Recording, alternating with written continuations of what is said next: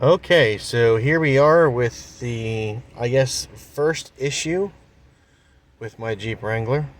This is a 2020, and I've got 70 or 97,582 miles on it.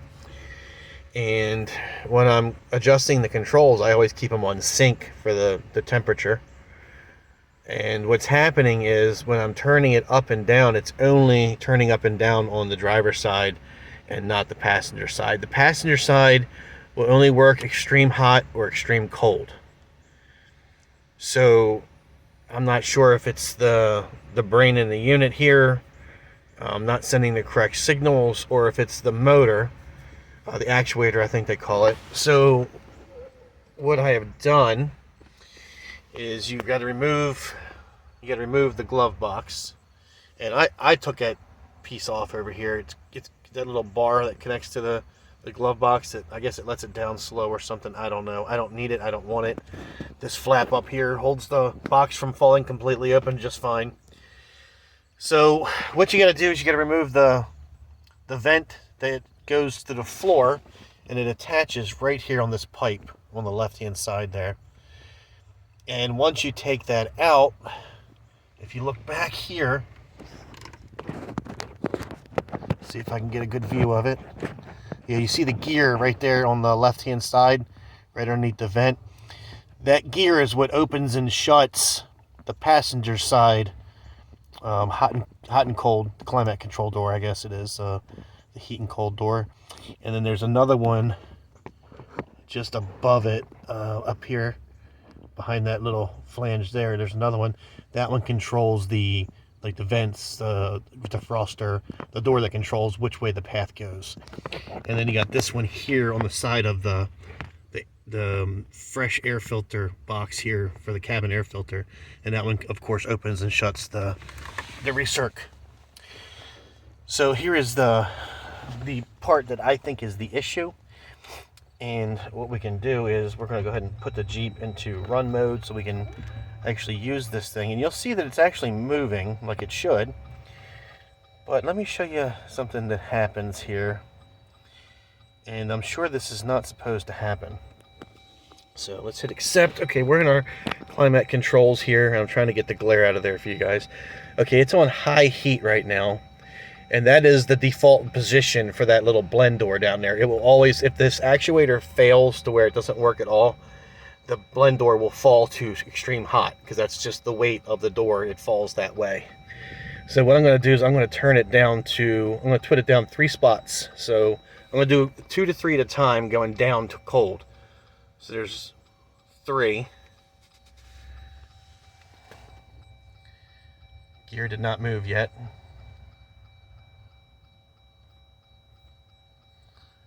Okay, so I'm down 4 now, and it moved 1 spot. 5, 6, 7. I'm going to hold it at 7. Now the gear is still moving.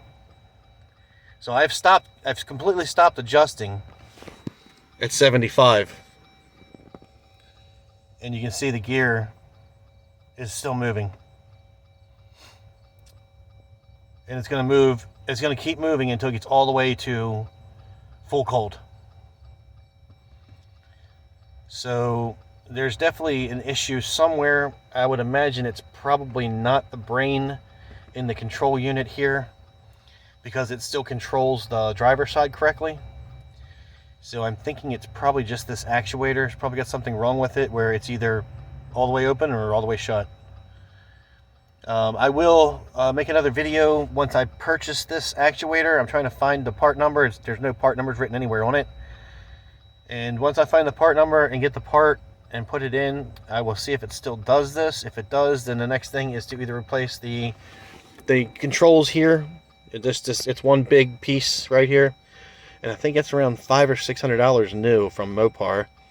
I'm sure I could probably find an aftermarket one, or just replace the whole radio for $1,000 that has all this controls and stuff in it. And it doesn't matter whether I use these buttons, and you'll see once I push it, it starts moving like it should, but when I stop, it continues moving, and it shouldn't do that. And I know it's not the temperature sensor inside because the left side's working properly. And it's not on auto, it's on manual, and it's still adjusting itself. So I think it's a problem with that motor. So if I replace the motor, the actuator, and it still doesn't work, I'll try replacing this unit here. And then if that doesn't work, it's got to be an issue with, I guess, the body control module, which I believe somewhere back in here somewhere. But I'm going to go ahead and pull this part out. Hopefully it doesn't give me a check engine light when I pull this out and start it up. If it does, I'll know what it's for. Oh well. And I'm going to take this to the local parts store and see if I can get one ordered or buy one. Hopefully it's in stock. And once I get that in, and I'll get back to filming it and let you guys see whether this gear is still moving or not. It's all the way in the full cold position right now. I'm going to push up twice on the hot, and you'll see it did actually move twice. And then I'm going to push it 2 times more, and then it just actually fell to cold. It fell to cold twice while I was pushing it to hot. So something's definitely wrong. And like I said, it's just going to be a little bit of troubleshooting right now. These motors aren't really that hard to get to. The screws are kind of in a bad place, because like that bar, if I don't left that bar in that controls the drop rate of the glove box, that bar would have completely stopped me from getting to 2 of the screws. I think I actually broke it when I pulled it out of here. There's a little plastic flange, I think, that broke off on it. I don't care. I don't need it. I don't use it. My TJ didn't have one. I don't need it in here. So let me get this part ordered and get it in, and I will be back in hopefully a few minutes with it working. Just a quick update real quick. It looks like it did not trigger the check engine light for having this part out. I don't know how smart these newer computers are, if it knows the actuator is working or not working. Maybe it'll wait until I try to adjust the temperature. So I'll do that a few times. Still no check engine light. So we're going to go ahead, and I did actually find a part number on here. It was just really hard to see because it's written in black. So I'm going to zoom that in and see if you guys can see it. Let me see if I can steady my hand up a little bit. So there's all kinds of numbers on there. I'm not sure which one's actually the part number. I think it's the very top one, because it looks like it ends in AA or something like that. My eyes aren't that great anymore. But yeah, I'm going to start typing these numbers in and see if I can find an actual part for this. Just wanted to make a quick note here while you guys are putting this blend door actuator back in. You can see this is where the pipe goes to the floor vent, which is down here on the floor. This goes up and connects to this. So behind the floor vent is where the actuator is, right there. What I want you guys to do is to take note at how that thing is situated there, which direction it's facing, which direction the plug is facing. Now you'll see up on the corner right here, where that screw is right there, go down a little bit and you'll see like an angled piece of plastic sticking through it. That is to help you align this thing. So just note that angled piece of plastic next to that screw hole, there's a piece of plastic cut out in the actuator. I got one here I can show you. All right, so here's the old one. So it's situated like this. Let me not drop it. It's situated like this in there. Yeah, just like that.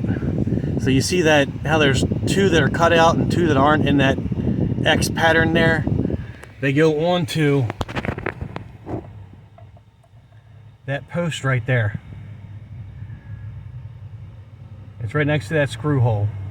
That post helps you align it, and then you bring it back over. Let's see if I can zoom in on this now.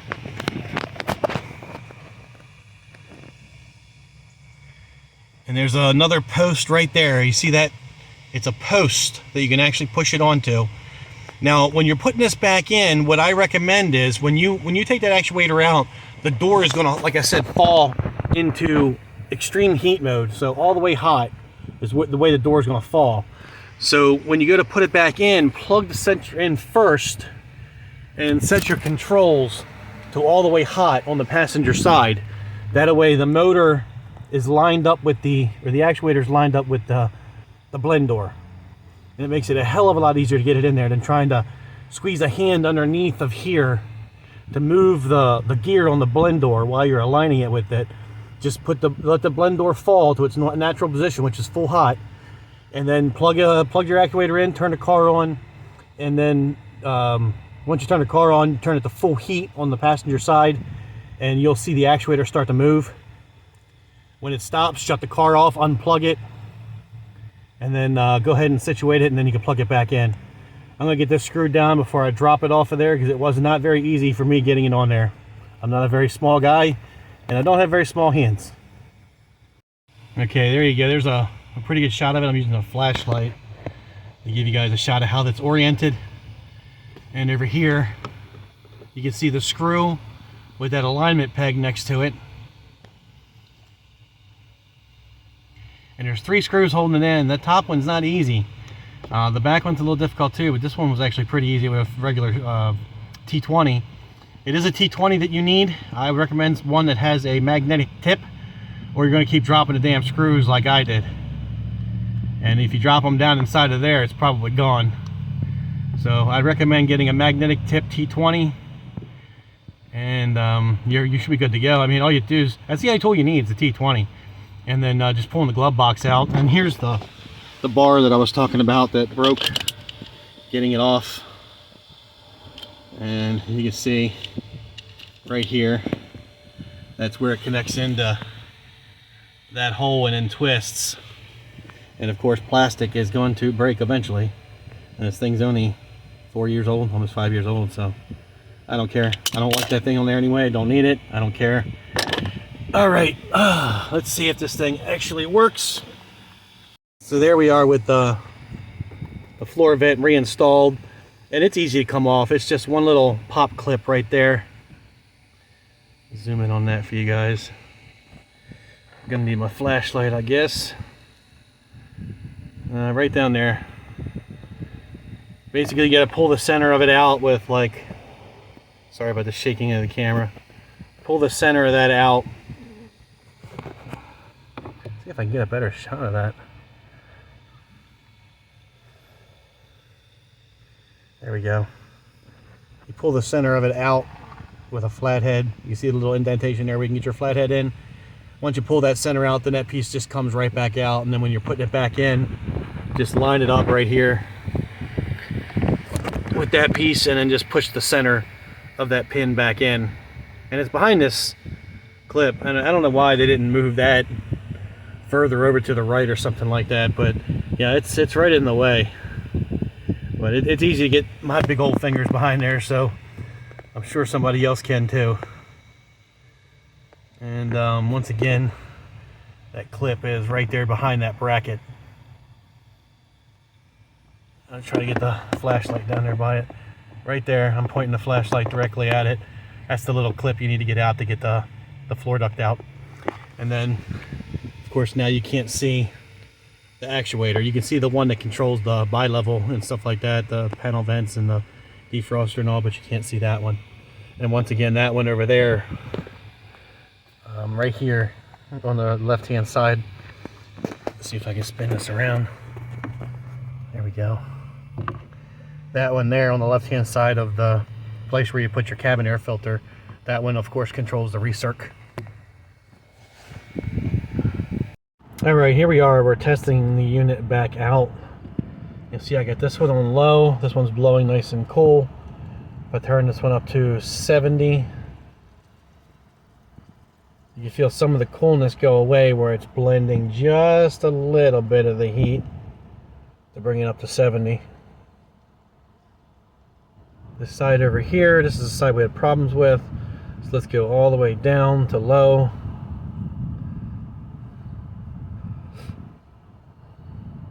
Let's put this one on low too so we can kind of feel the difference between them.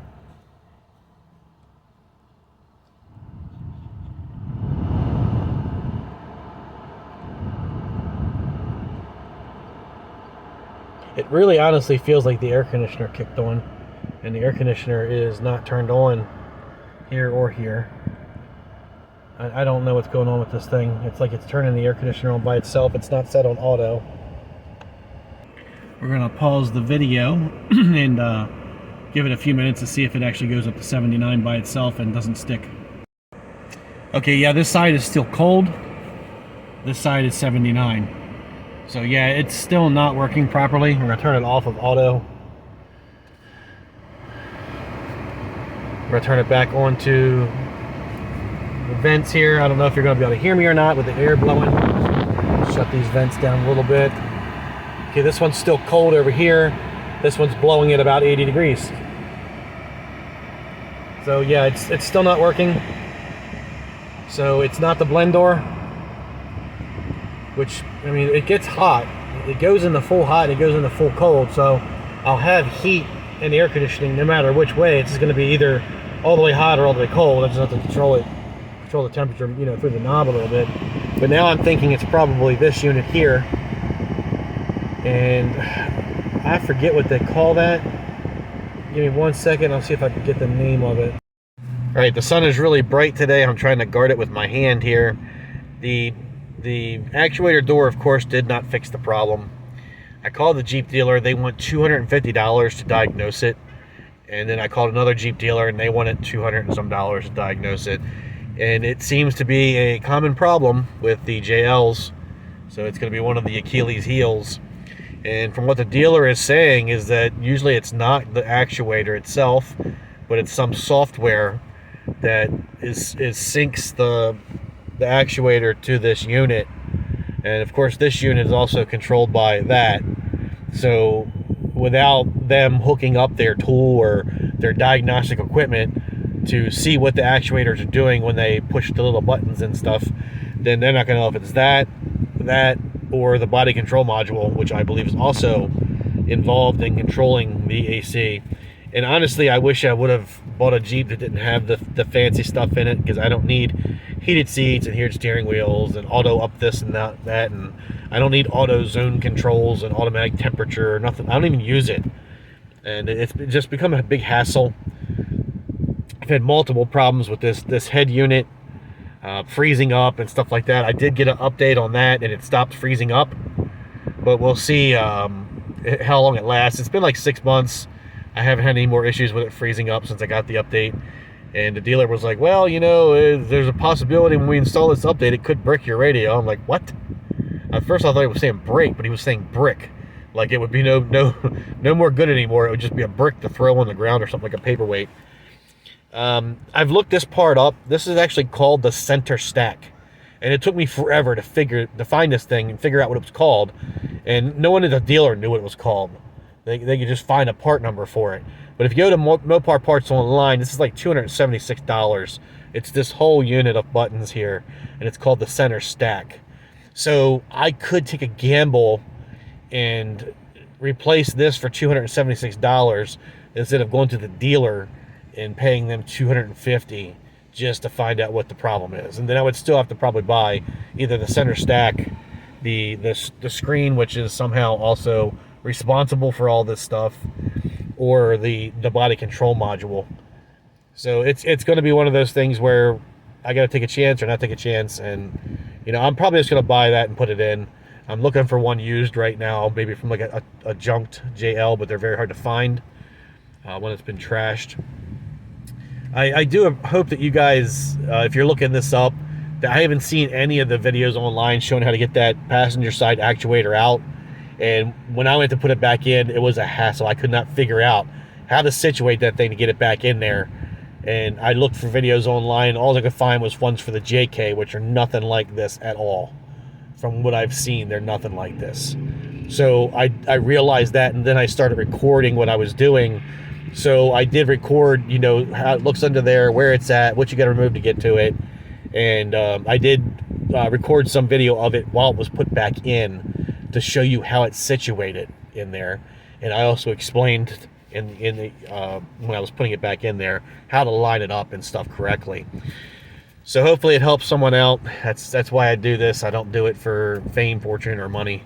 I just do it to try to help people out. If you like the video, then I would really appreciate it. If you're not subscribed, please subscribe. I'm trying to get to 1,000 subscribers. I'm halfway there. I don't make a lot of videos because I don't have a lot of time. I'm also a firearms instructor, so I travel cross country and I teach firearms classes, so I don't have a whole lot of time to do this stuff.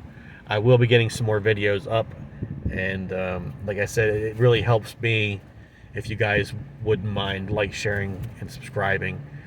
And I'll see you on the next video. Hope it helps someone out. Thanks.